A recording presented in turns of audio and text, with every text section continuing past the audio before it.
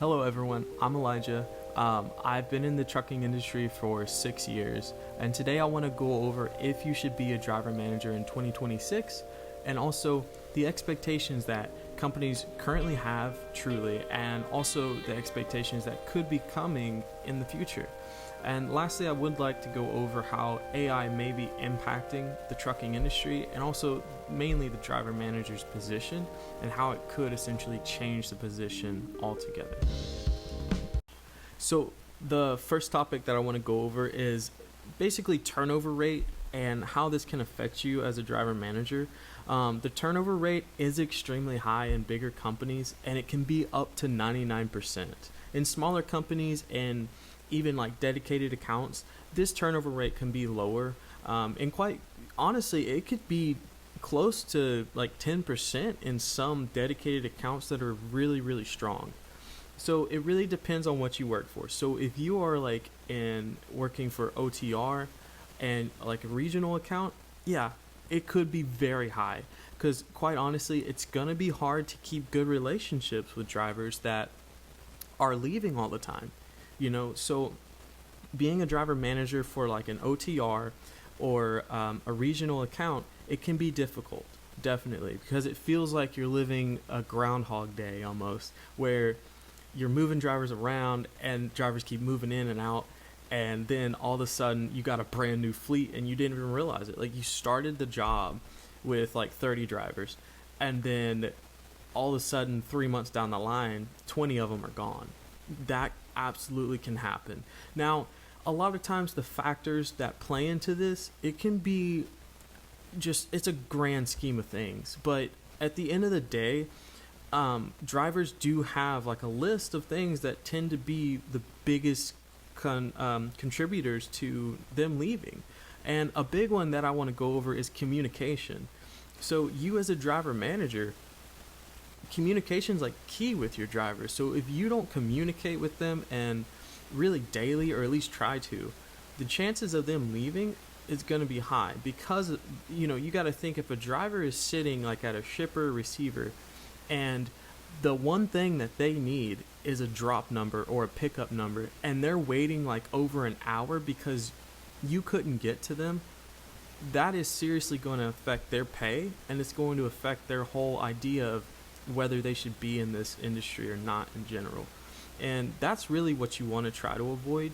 It's really just trying to keep these good relationships with drivers to help slow that process down, and that can make your job a lot easier in this role. But you also want to ensure that you start these drivers off right by, I like to say, laying the law, but really you're doing the policies and procedures at place. If a driver needs something, the best thing to do is to try to message you or call as soon as possible, and hope that, some drivers will think, oh, my driver manager, he's going to catch this for me. No, we're not. We're not always going to catch problems, mostly when you have a big fleet. So by setting this down and saying you need to call in or message in, you're going to get answers a lot quicker. Drivers are going to do that. So that's one way that you can do it. But of course, drivers leave for all kinds of reasons. They leave for they may just not like being in a truck for 30 plus days. That happens, and it can be difficult to coach drivers when they're just going to leave.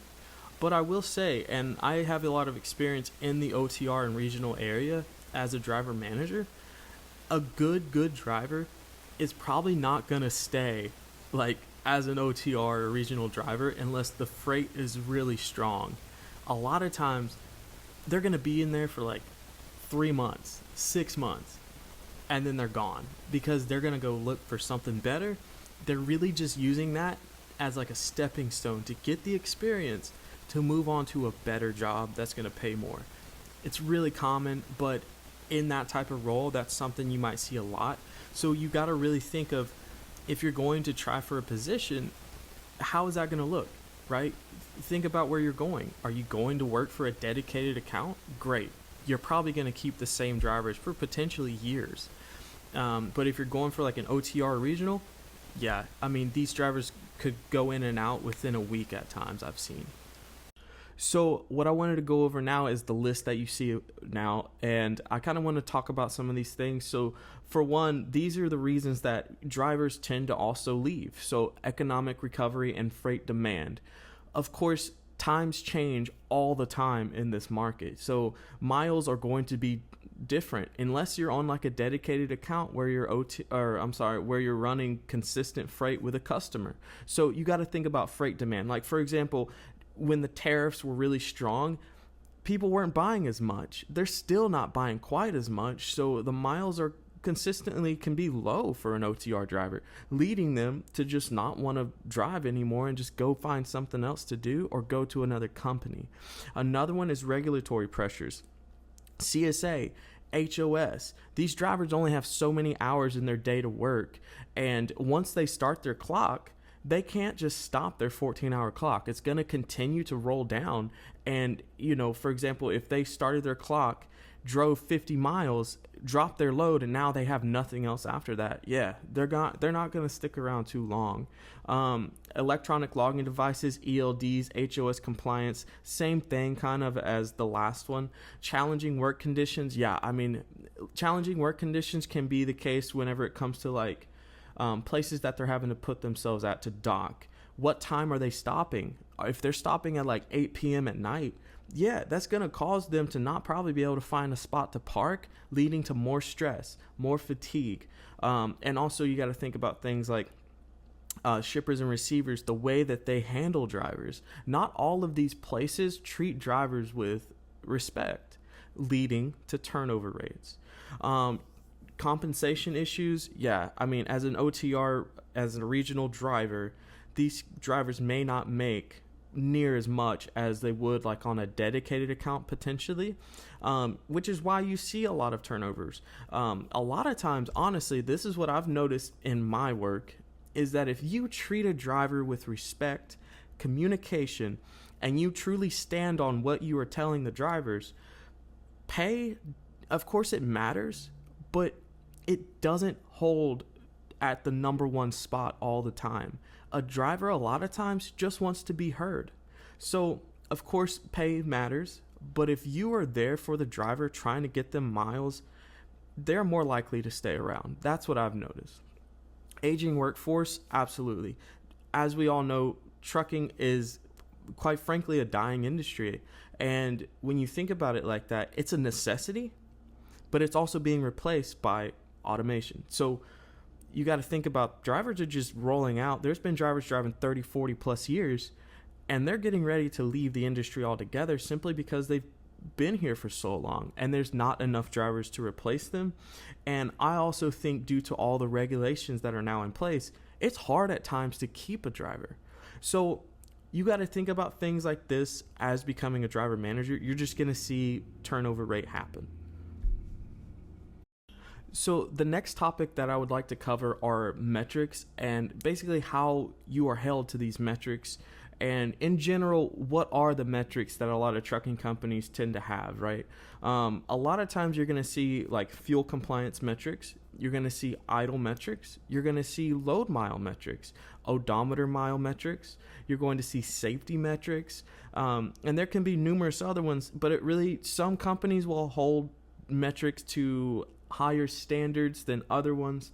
Like, for example, you may see a company that holds fuel compliance higher than idle compliance, while another one will do the exact opposite, right? It really all depends on what that company deems is saving them more money at the end of the day. Of course, you're going to have systems in place that are going to track these metrics that you should have access to see, so you can then track the drivers that potentially are like your top 5 or 10 lowest, and then you can start coaching them up to get up to par with where they need to be. Because a lot of times what I've seen with companies is that if a driver is tracking good on metrics, they are not only making more money, but some companies offer bonuses to these drivers that allow them to make more. Like, for example, yearly, quarterly, they may get a bump in pay because they're meeting their metrics. So it's really important for you to keep track of these metrics, because this can also lead to you getting raises, lead to you being promoted. But the other way it could lead to you being even written up or termed if you're not keeping track of these metrics. Because at the end of the day, if you have mismanaged drivers, upper management is going to want to understand what is going on and what you have done to try to fix these drivers.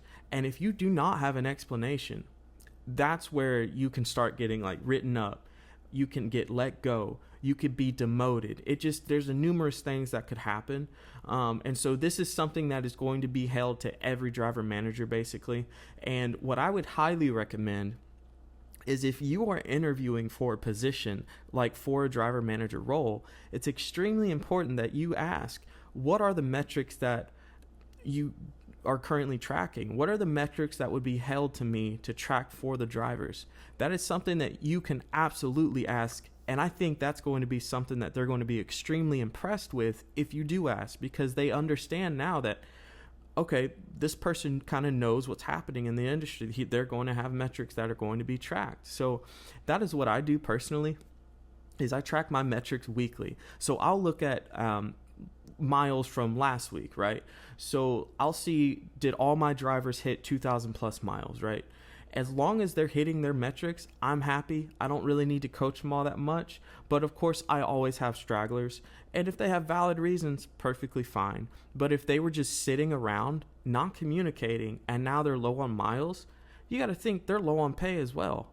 So it's affecting them as well. So that's how I also bring that up to my drivers is, if you have low miles, it's affecting you as much as it's affecting the company, right? I want to get more pay in their pocket, so I'm going to reach out to them to try to keep them rolling. But unfortunately, there are times where you will have a driver who has a driving job who essentially does not want to drive. I've had that happen a few times where they kind of treat the truck as like an apartment.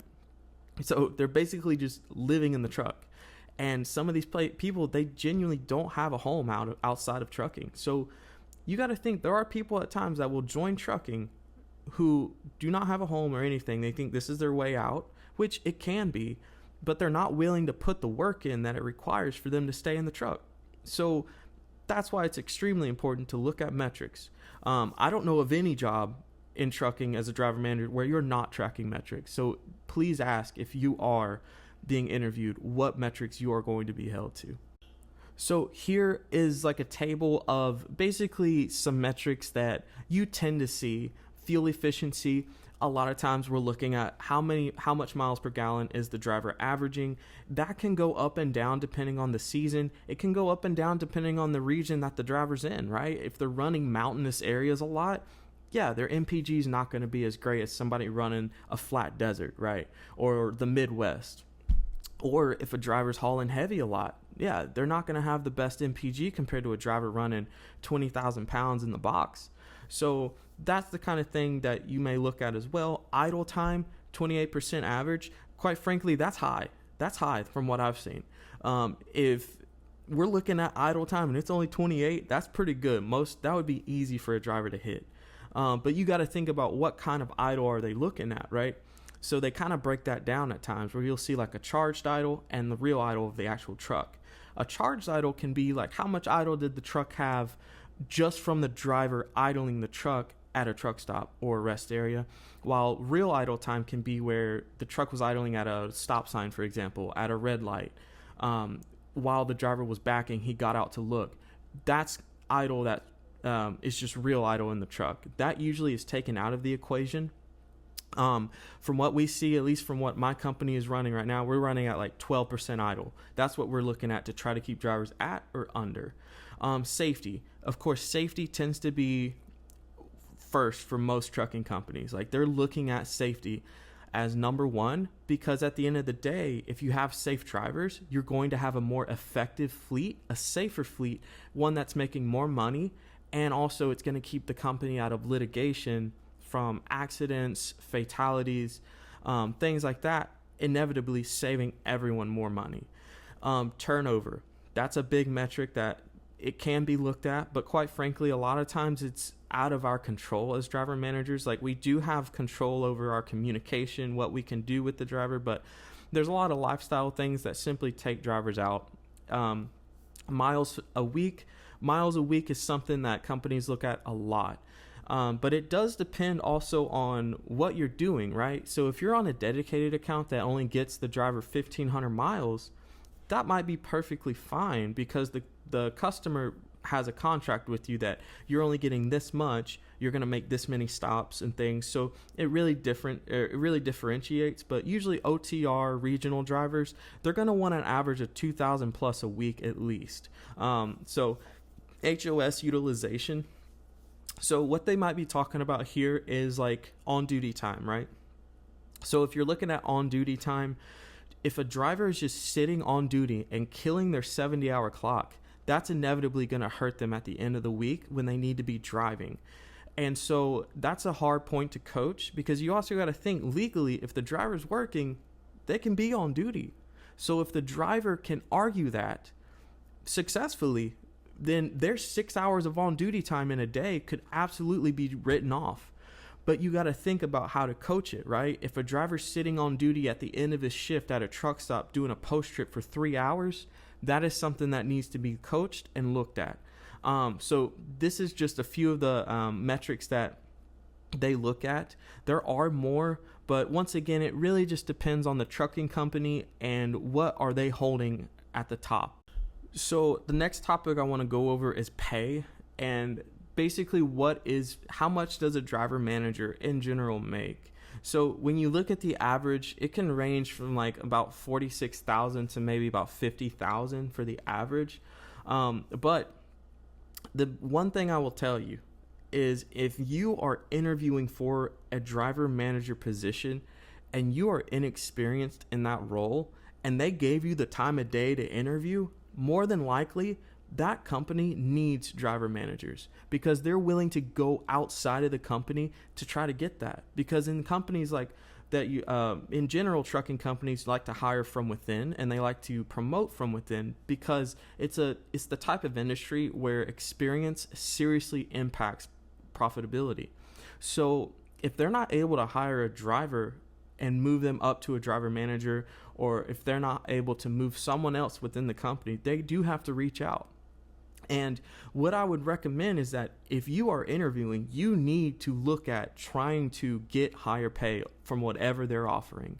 You need to negotiate. Negotiating is extremely important. These companies want to save money. So yeah, they're not going to offer you the best pay at first. Now, as an inexperienced person going into it new, I would expect maybe 55,000, but you should not take their first offer. You should absolutely come back with something higher. That is extremely important. And a lot of times they may work with you, right? With larger companies, absolutely. With smaller companies, yeah, they may not have the margin to pay you higher. So you are kind of taking that risk by negotiating a much higher pay. But I will suggest that you at least attempt it, because I think it will help at the end of the day for your pay. So you got to think about what position you're taking as well for this pay. So like, for example, if you are working for a company that has like, let's say 50 drivers, right? You could literally be the only driver manager, or you could be one and then there might be like one more that's support. And the role that you play as a driver manager can differentiate with every single company. Larger companies, your role could be restricted down to, tasks that are much more manageable than like a smaller company. A smaller company could have a driver manager dispatching, playing as customer service, calling customers when a driver's late or needs to go in early. You are playing the operational role, and you could even be playing the broker role. You're calling to get freight for the drivers. So you got to think about, what does this role consist of? And it's extremely important to ask that, and then think about, how much am I going to make for all this, right? Now, I will say the pros of working for a small company can be the relationships you create, but also the amount of experience you're going to get while in the smaller company can seriously help you. I mean, it can actually create so many avenues for you to go down if you want to stay in the industry and move up, right? Because that small company may not be the company you want to stay with forever. You might be able to move to a larger company and immediately start moving your way up as like an operational manager, as a CSOM. You may be able to move up as a freaking director. I don't know, but having all of that, like planning, CS, and operational experience, can seriously play a huge impact in how you're going to be seen. So looking at this, it's showing that the US average is 46,858 for a driver manager.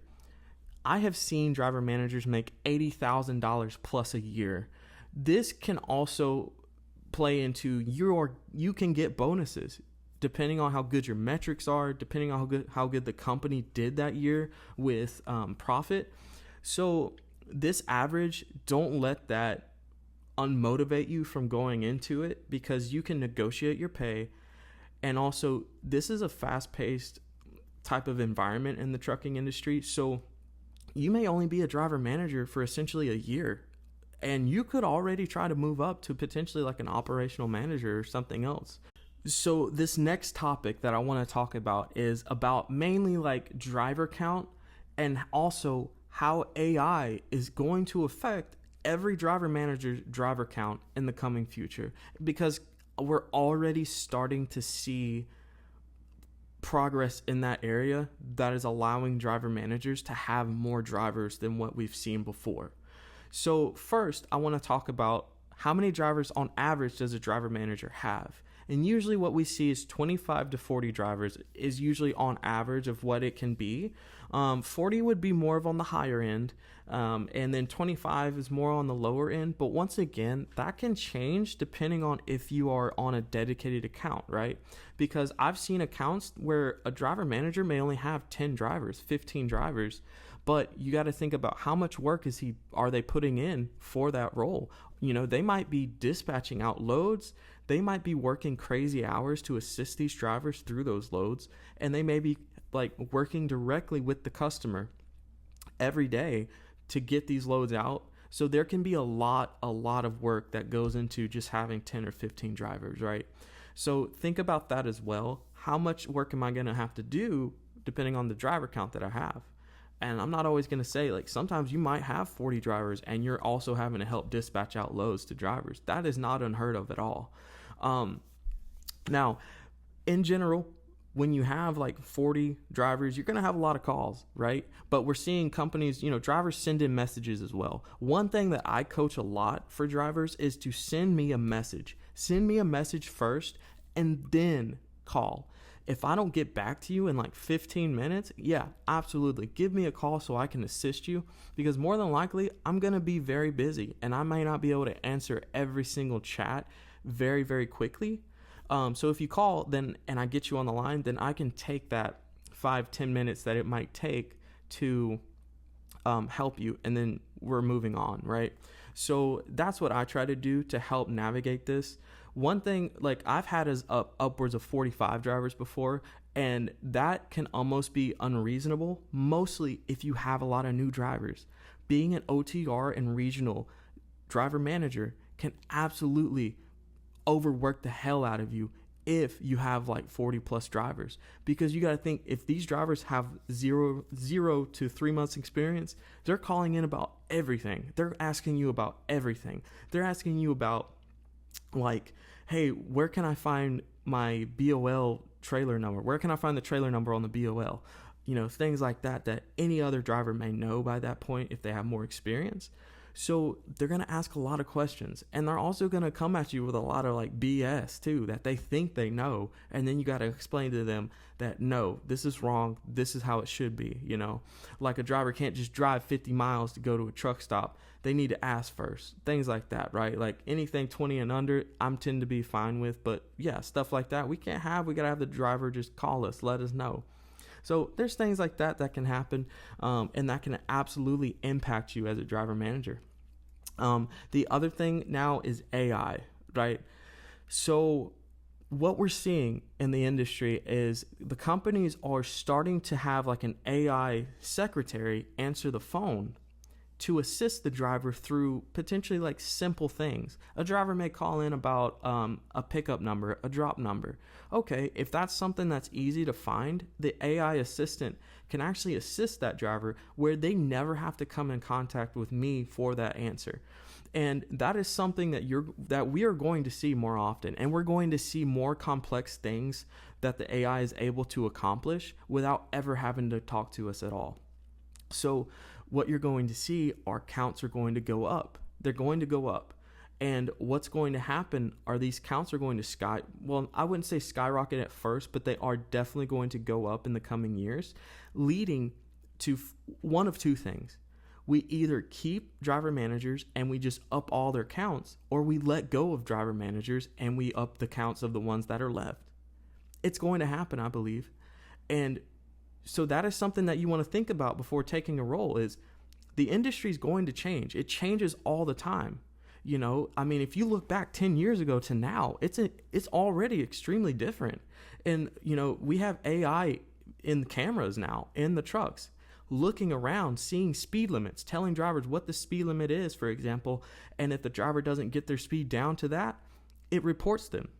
So we have AI that is, quite frankly, pretty intelligent.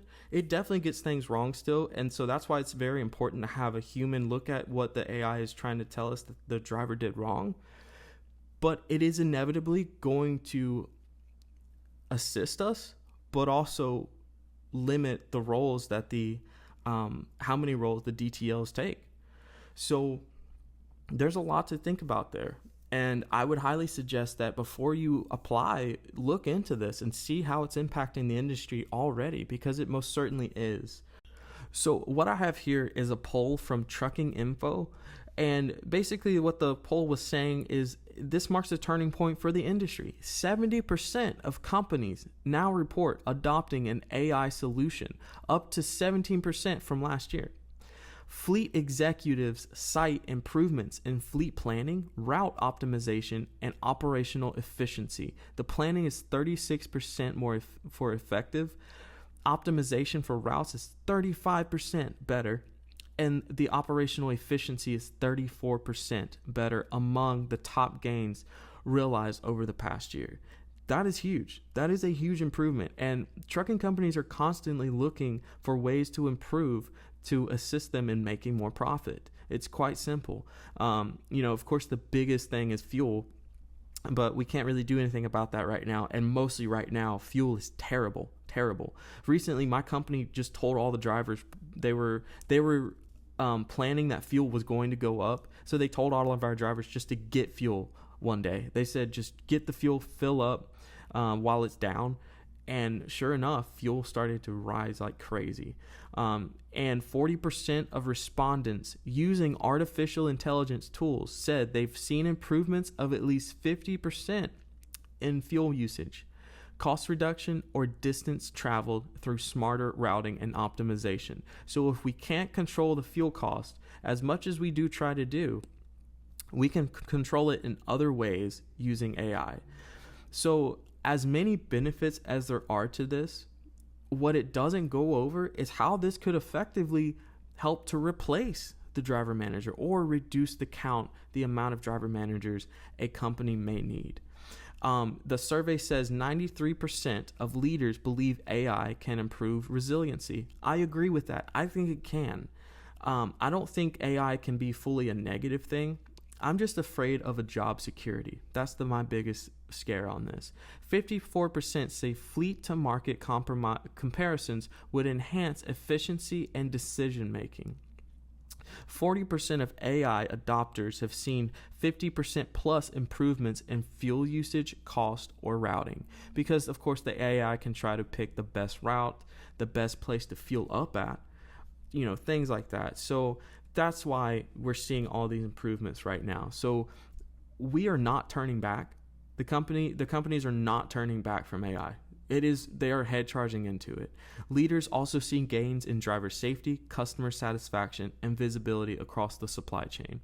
So once again, a lot of pros here for AI, a lot of them. But there are going to be negatives. For example, job security.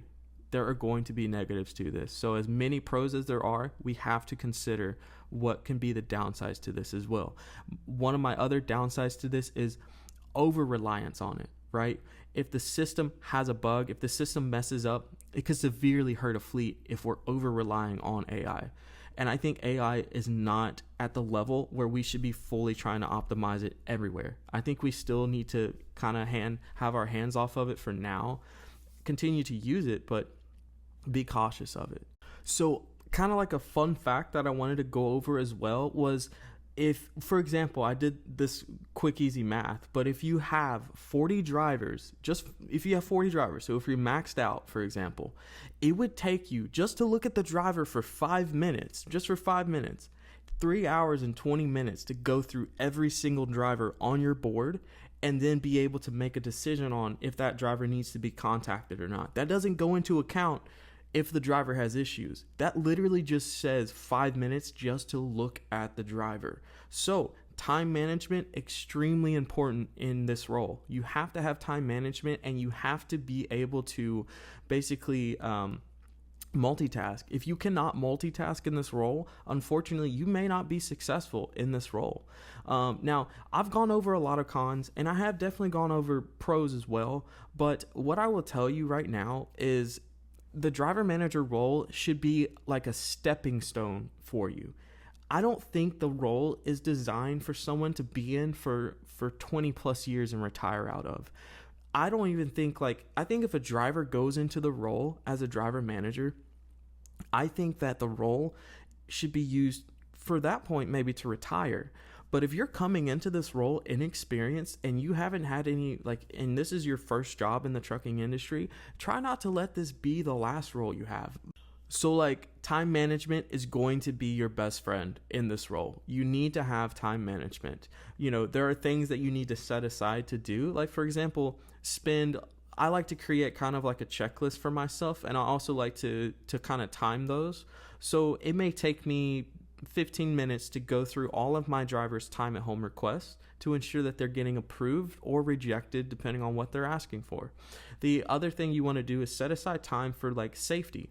You need to set aside time for safety every single day and check your report on safety. Every company uses some sort of safety platform that tracks the driver's safety, and if they have any kind of accidents, or if they have any kind of close calls out there that the camera has now picked up, they're going to be sent in, and you need to make sure you talk to that driver about that as soon as possible. I have had to shut drivers down to get this conversation discussed because they may only be moving. Some of them don't even realize that the situation even occurred. And that can be concerning in itself, mostly depending on how severe the situation was. So it's extremely important to take that time for safety. So I want to go over your schedule as a driver manager as well. Usually when you're in the interview, definitely ask what your schedule will be. And a lot of times they can definitely give you a pretty good answer as to what you're going to be expected to come in and leave every day. But that can usually change. And if you're in the role long enough, it will change at some point. You will work a different schedule depending on what you need to do, right? If the company, let's say, for example, a larger company picked up a dedicated account, and that dedicated account, the drivers start at, let's say, 9 at night, and they end at 7 in the morning. Okay. They're gonna need a driver manager to help those drivers through that time. So you can be expected that you're probably going to need to work those hours, even though you were working, let's say, for example, a 9 to 5. They're going to probably give you time to get into that role, that schedule, but that absolutely can happen. In smaller companies, it definitely can happen as well. But I will say in smaller companies, they may not change quite as frequently. So you may be fine for longer periods. But in a larger company, if they need your assistance, they will call upon you, and they can expect that to happen. So, read the fine print before you take the job. Think that schedule may change. If you're someone that likes schedules to not change at all, be very cautious about how you take this role. I want to talk about job security. I'm not going to mention AI because I just did. I'm going to talk about job security when it comes to what company you're going to join, what are you doing with the company, where are you working, and how that can impact your job security. So in general, big companies, the job security can be much better. It can be, because you have more room to move around in than in a smaller company. So let's say, for example, you joined a small company that runs a dedicated account. Let's say we're running a dedicated account for Georgia Pacific. We're running paper rolls back and forth to a facility. Okay, great. You have 15, 20 drivers. Let's say that Georgia Pacific strikes a deal with a new company, and now that company is moving in, and at the end of the month, for example, you have to be out. There goes your job, because now that small company only needed you for that role. They don't have anything else to send you to. Done. Your job is done. So that can happen. So you need to be cautious of that, right? One thing I would ask, if I was to try to have an interview for a dedicated account with a smaller company, is I would ask, how long has this been around, right? How long has this role, or how long has this relationship with the company that you're running the dedicated account freight with been around? Is it strong? Because if it's not strong, or if they've been having issues with it and they're having to rehire a new role into it, you can be walking yourself into losing your job from it. So just be cautious of that. If you're in a larger company, does this still happen? Absolutely, this still happens, mostly depending on where you could be at. But I will tell you, your chances of being able to move into a new role, you may only move into another driver manager role, but at least you're not losing your job. The bigger companies have that opportunity. And if they're a decent company, they're going to attempt to try to get you a new role without losing you. Mostly if you were a strong performer.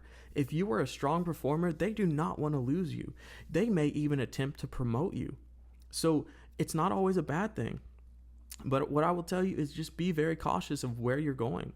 And be very cautious of how good for example, the market is at the time, right? Maybe the company that has the dedicated account, they're struggling. That absolutely can happen. I have seen firsthand company have to shut down, and now we lost that dedicated account. They can't do anything about it. It's not even our fault, unfortunately, but it does happen. So think about that as well. Lastly, I do want to go over stress management, because all the things that I've talked about now, it can bring a lot of stress to you in this role. But I will tell you once again, this is a great role to get your foot into this industry. But stress management, it's extremely important. The biggest thing I will tell you for stress management is you need to learn immediately, or not, basically as soon as you can. You need to learn to separate your job from your personal life. That was something that I did not do when I first started, and I almost burned out because I could not separate the two. I would worry all the time about, how are my drivers doing? What are they doing right now? Am I meeting my metrics? Is everything okay, right? So you got to remember to separate the two, because you cannot perform at your top unless you give yourself time for rest. So you got to give yourself that separation in order to do that, and you will perform better. There are companies that have driver managers on call. That's fine. If you're on call, you got to find the gaps where you can separate that, right? So don't go home and work. That's a big thing that I had to stop doing, was don't go home and work when you're off. It's just not worth it. The problems are going to be there when you get back. I promise. They will be there. If you know for a fact, let's say, for example, you did forget to do something before you left work. Yeah, I've hopped on my laptop a few times to fix an issue that I should have fixed before I left work. I've done that. It happens. But what you don't want to do is go home and see a problem occurred and then attempt to fix it now that you're home, because that's going to cause you that could cause a driver to rely that you're going to go home and work again. And so they may not reach out to the right people after hours. They may wait to see if you're going to go online, causing that driver to now sit longer. You got to think about things like that. So don't show yourself after hours if you can help it. You need that time. You deserve that time. And the drivers should have a place to go to get assistance while you're not there. So allow them to do that, so they're not relying on you to work after hours to fix their issues. So in closing, should you be a driver manager in 2026? With market shifts, freight lulls, tariffs now, and cost cutting, being a driver manager, it can put you in a predicament where you could lose your job. You could be at risk being a driver manager at times. But I wouldn't say to let that stop you, because I can tell you it's been worse. It has been worse. If you look back in like the 2008 recession, people were losing their jobs left and right. It could be way worse.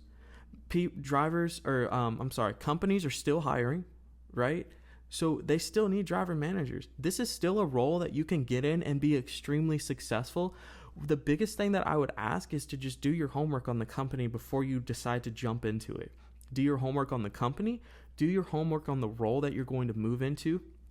And if you're moving into like a dedicated scene, do your work on the customer that you're going to be helping, because you want to understand what you're getting into, and you want to see, is there a chance that this is going to fail in 5 months when I get into it, right? So just think about things like that.